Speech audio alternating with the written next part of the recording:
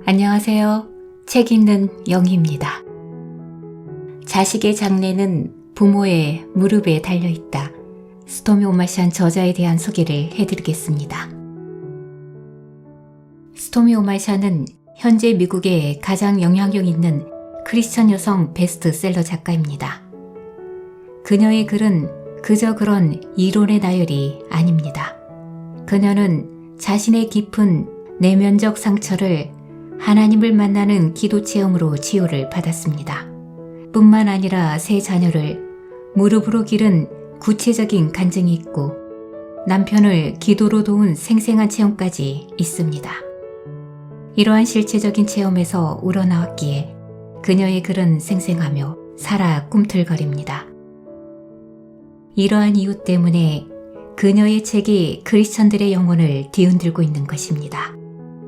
저서로는 아내의 기도로 남편을 돕는다.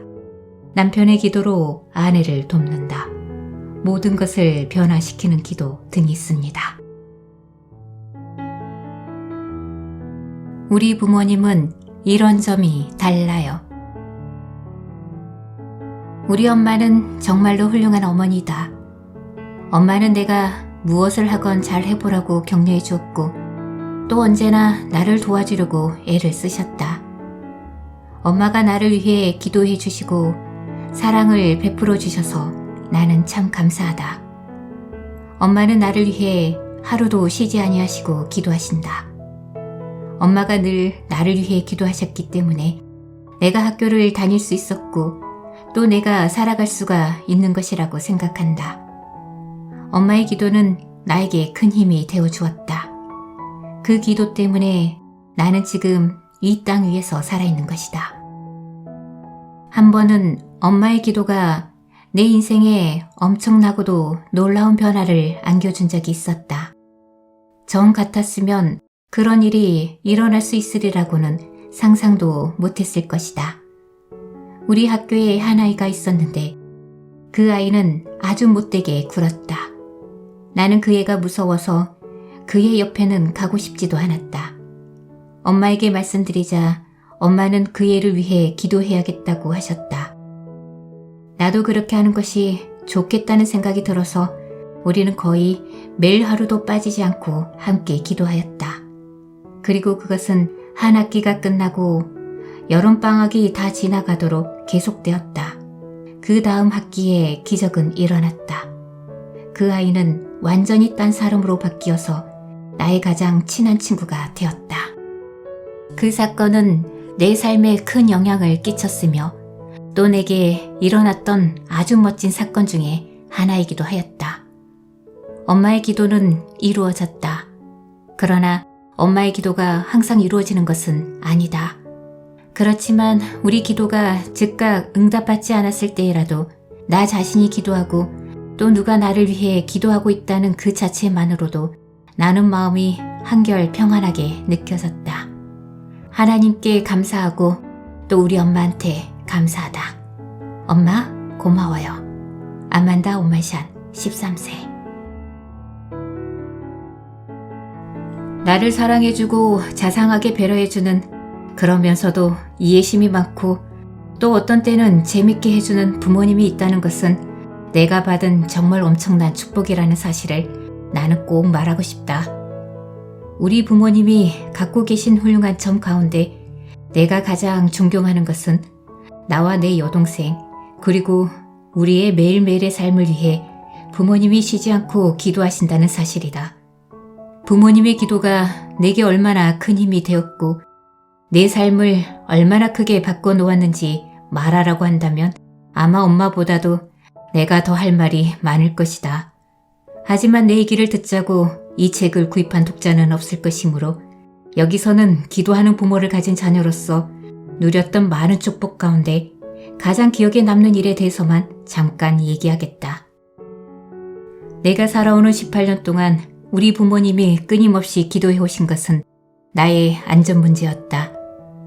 로스앤젤레스라는 대도시에서 성장해 오는 동안 그 기도는 온갖 위험에서 나를 막아주는 방패가 되었다. 고등학교 1학년 때 하나님께서 엄청난 교통사고에서 나를 지켜주셨던 일을 나는 지금도 잊지 못한다.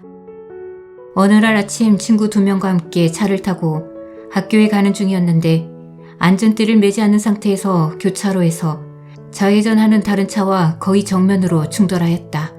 한 친구는 자동차 앞 유리창 밖으로 몸이 튕겨나가 중상을 입었고 다른 친구는 얼굴을 자동차 핸들에 들이박았다.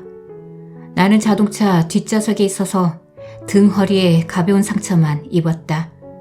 죽을 수도 있었던 상황에서 하나님은 우리 차를 보호하셨고 우리 3사람의 생명을 보존하셨다. 기도가 얼마나 중요한지를 절실히 깨달았던 것이 바로 그때였다. 그리고 재난의 상황에서도 역사하시는 하나님의 그 놀라운 능력을 확실히 실감하게 되었다. 내가 살아오는 동안 나를 위해 끊임없이 기도해 오신 부모님에게 나는 영원토록 감사를 드린다. 부모님의 기도는 나를 위험한 지경에서 구해 주셨을 뿐만 아니라 나로 하여금 정직하고 도덕적인 인간으로서 항상 바른 길을 걸을 수 있게 해주었다. 나는 이제 18세, 한국 나이로는 20세가 되었으니까 우리 부모님의 기도 제목도 좀 바뀌었을 것이라는 생각을 해본다. 내가 빨리 결혼을 해서 조용한 집안에서 부모님들만의 허젓한 시간을 누릴 수 있게 해달라고 기도하고 계시는 것은 아닐지. 크리스토퍼 오마시안 18세.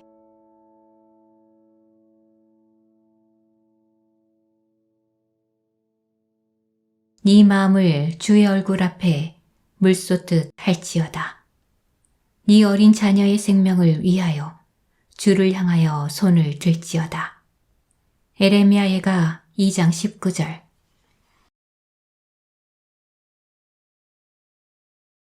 제 1일. 기도하는 부모를 둔 자녀. 기도하는 부모가 되는 것은 모든 직업 중에서 가장 좋은 일을 차지하는 것입니다. 그것은 물론 가장 어려운 일이기도 하지요. 최고의 기쁨을 가져다 줄 때도 있고 말할 수 없는 고통을 안겨주기도 합니다. 기도하는 부모가 되는 것만큼 신나고 성취감을 맛볼 수 있는 것도 없을 것입니다.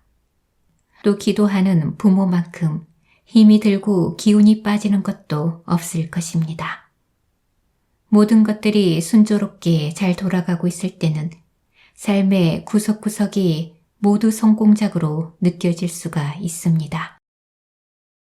그러나 일이 제대로 잘 되어가지 않을 때에는 매사가 다 실패작으로 보일 것입니다. 자녀, 양육. 이 말을 들으면 서로 모순되는 감정들이 표면으로 솟구칩니다. 우리는 아이들을 키울 때 우리가 할 수 있는 최선을 다하려고 애를 씁니다. 그런데 이제는 아이를 어떻게 키워야 하는지 어느 정도 알겠다 하는 그때 아이는 또 한 살을 먹고 새로운 단계로 접어들어 부모에게 전혀 새로운 일거리를 만들어주기 마련입니다. 그때 우리 부모들은 전혀 생소한 세상에 들어선 것 같은 기분이 듭니다. 어떤 때는 순풍을 타기도 하고 어떤 때는 휘몰아치는 폭풍우나 파도와 싸울 때도 있습니다. 너무나 피곤하고 지쳐서 그만 포기해버리고 싶기까지 합니다. 될 대로 되라는 식의 자포자기지요. 그렇지만 내게 좋은 방법이 있습니다. 부모들은 더 이상 이 변화의 소용돌이에서 이리저리 시달리고 있을 필요가 전혀 없습니다. 우리 아이들의 소중한 삶도 그저 우연에다만 맡겨서는 더 이상 안 됩니다. 우리 부모들은 안절부절 발을 구르거나 손톱을 물어뜯고 조바심에 손가락 마디를 우두둑 우두둑 꺾거나 고집통의 3살 배기들과 그 끔찍한 10대 아이들을 두려워할 필요가 없습니다. 각각의 발달 단계가 초래하는 새로운 걱정거리들을 두려워하면서 살지 않아도 되고 어디에 무슨 위험이 도사리고 있을지 걱정하면서 살지 않아도 됩니다. 또 완벽한 부모가 되지 않아도 됩니다. 그것은 지금 당장 시작할 수가 있는 그런 것입니다. 그것은 우리 아이들의 장래에 아주 도움이 될 것입니다. 그것은 결코 너무 일러서 안 될 때도 없고 너무 늦었다고 할 때도 없습니다. 아이가 엊그제 태어났는데 아직까지 별 문제가 없다든지 아니면 30살인데도 알코올 문제 때문에 이혼을 해야 할 형편에 있든지 그것은 상관없습니다. 우리 자녀들은 어느 단계에 있든지 우리의 기도를 필요로 하며 또 거기에서 대단한 유익을 얻을 것입니다. 요는 이것을 당장 내 혼자 힘으로만 하려고 할 것이 아니라 언제나 탁월한 부모가 되시는 우리 하나님 아버지께 도움을 구해야 한다는 것입니다. 그리고 한 번에 한 걸음씩 걷듯이 우리 자녀들의 생활을 낱낱이 기도로 아뢰야 합니다. 이렇게 기도하면 보통 사람들이 상상할 수 없는 엄청난 능력을 체험하게 됩니다. 정말이지 기도하는 부모가 체험하는 그 능력을 제발 과소평가하지 마시기 바랍니다. 나는 사실 자랄 때 좋은 부모님의 모습을 보지 못했습니다. 어머니가 혼자 나를 키우셨는데 어머니는 정신 이상이 있는 데다 나를 학대까지 하셨습니다.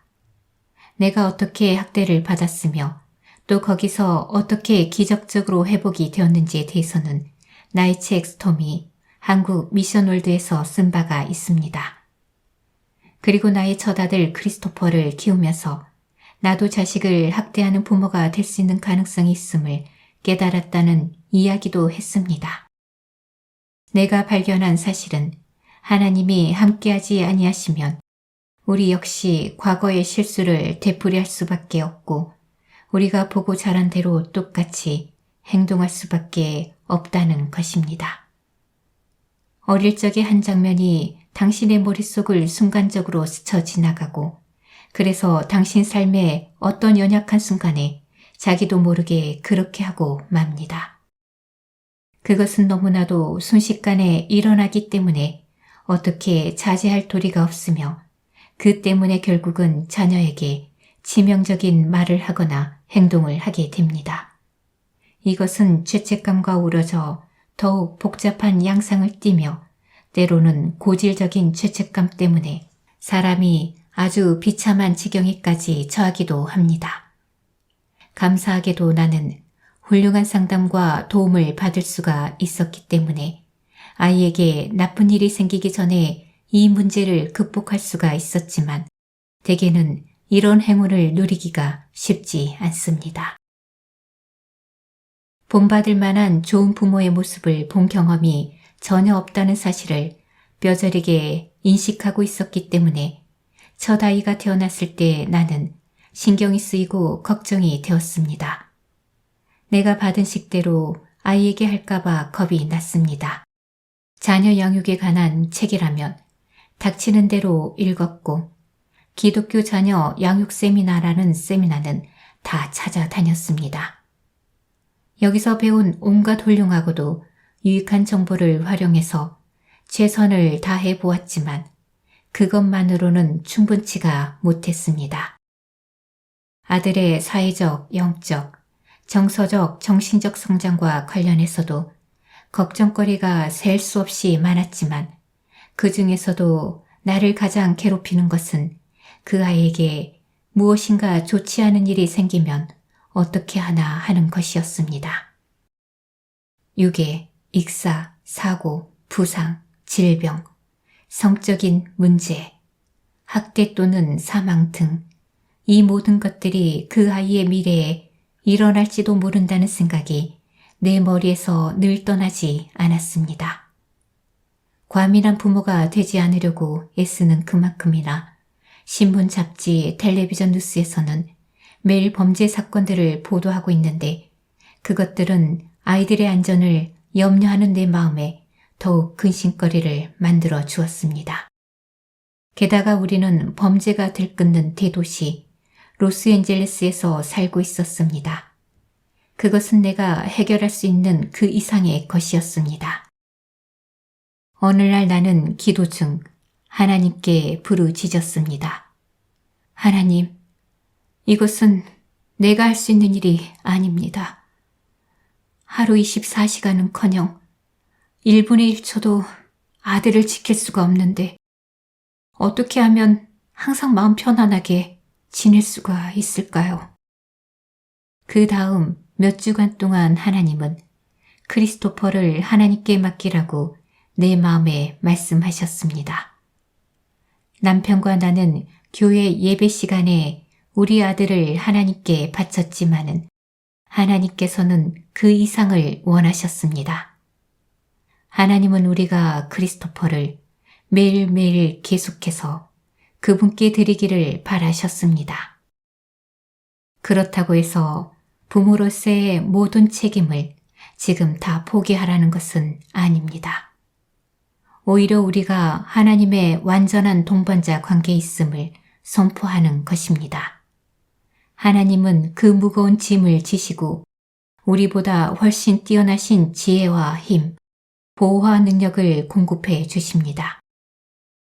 우리는 늙어도 그것을 떠나지 아니하리라는 것을 알기 때문에 마땅히 행할 길을 아이에게 가르치고 잠언 22장 6절 버릇을 들이고 양육을 하기 위해 우리의 할 바를 다하는 것입니다. 우리는 아이를 잘 키우게 하시는 하나님을 의지해야 했고 하나님은 우리 아이의 삶이 복되도록 인도하셨습니다. 우리가 해야 할 가장 중요한 부분은 우리 아이의 하루하루를 세밀하게 기도로 아뢰는 것이었습니다. 이렇게 하는 동안 구체적으로 기도하게 하시는 성령님의 인도하심으로 나는 내 마음속에 오고 가는 모든 걱정, 근심과 염려, 혹은 생길 수 있을지도 모르는 장면들이 무엇인지를 알게 되었습니다. 크리스토퍼를 위해 기도하고 그 아이를 하나님 손에 맡기자 하나님은 그 모든 근심, 걱정에서 나를 해방시켜 주셨습니다. 그렇다고 해서 단 한 번의 기도로 그 모든 문제가 영원히 해결되었다는 뜻은 아닙니다. 적어도 얼마간은 그 무거운 짐에서 해방되었다는 말입니다. 걱정, 근심이 다시 표면으로 부상하면 나는 다시 그것을 위해 기도했습니다. 우리 아이에게 나쁜 일이 절대 일어나지 않을 것이라고 하나님께서 약속을 하신 것은 아닙니다. 그러나 기도함으로 하나님의 능력이 아이의 생활 속에 역사하였고 그래서 나는 그러는 동안 좀 더 많은 평안을 누릴 수가 있었습니다. 그리고 또 한 가지 배운 것이 있습니다. 기도할 때 내 자신의 뜻을 아이에게 강요하려고 해서는 안 된다는 것이었습니다. 그렇게 하면 불만과 실망만 생길 뿐입니다. 당신은 내가 어떤 종류의 기도를 하려 하는지 알 것입니다. 왜냐하면 우리 모두가 그런 기도를 하는 경향이 있으니까요. 하나님, 크리스토퍼가 자라서 저의 제일 친한 친구의 딸과 결혼하게 해주세요. 그 아이의 부모들은 좋은 장인, 장모님이 될 테니까요. 또는 주님, 제 딸 아만다가 인류학교에 들어가게 해주세요. 그러면 내 어깨가 으쓱해질 테니까요.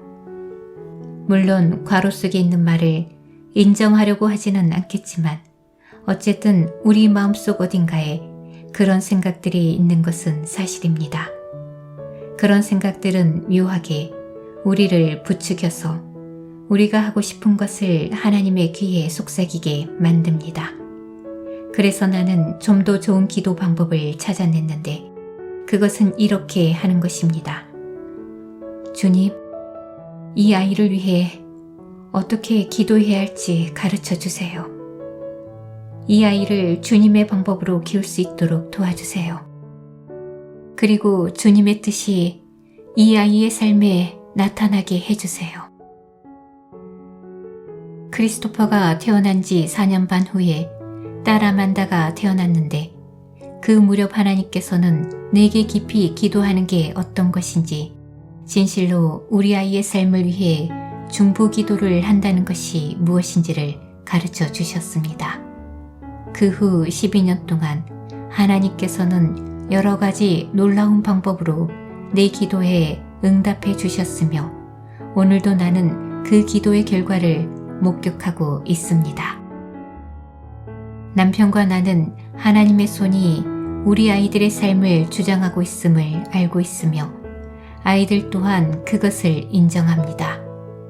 왜냐하면 부모가 기도할 때 아이의 삶에 스며드는 것은 바로 하나님의 능력이기 때문입니다.